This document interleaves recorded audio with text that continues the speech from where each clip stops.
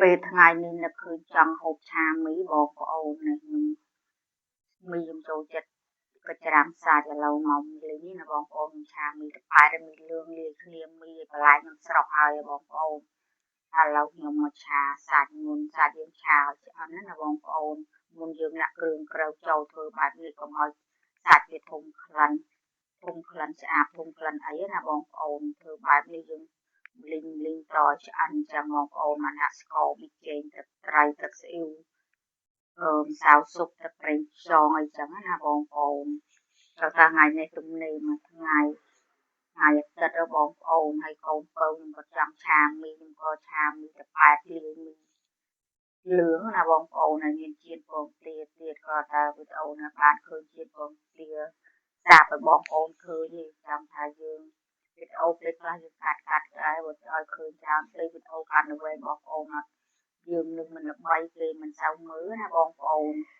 ឥឡូវសាច់ខ្ញុំលីងឆ្អិនហើយតែខ្ញុំដាក់ទឹកបន្តិចយើងឆាមីយើងងាស់សាច់ឲ្យវាចេញជាតិណាឥឡូវសាច់ខ្ញុំចេញជាតិហើយមកល្ងមដាក់បន្លែក៏អត់ងាស់យូរព្រោះបន្លែខ្ញុំស្រស់ឆ្អិនហើយបងប្អូន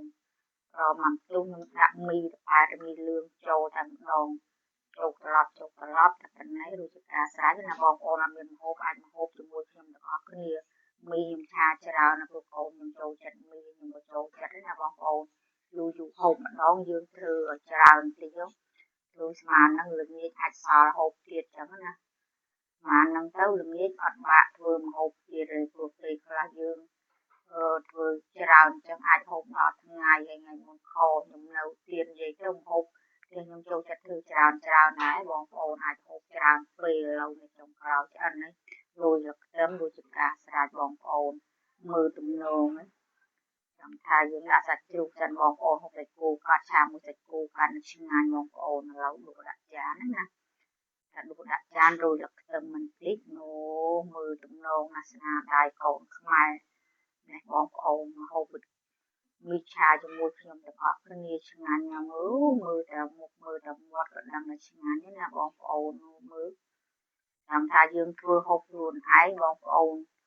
ពុកបាក់ឆ្អិនគឺ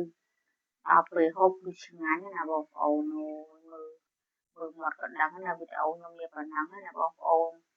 ពេញចិត្តវីដេអូខ្ញុំជួយ like ជួយ comment ជួយ share ជួយចុច follow ម្នាក់មួយកាន់តែល្អបងប្អូនហើយវីដេអូខ្ញុំមានតែប៉ុណ្ណឹងជូនពរបងប្អូនសុខសប្បាយធ្វើអ្វីឲ្យជោគជ័យឆាប់ណាបងប្អូនហើយយើងធ្វើជាអ្នកធ្វើ content creator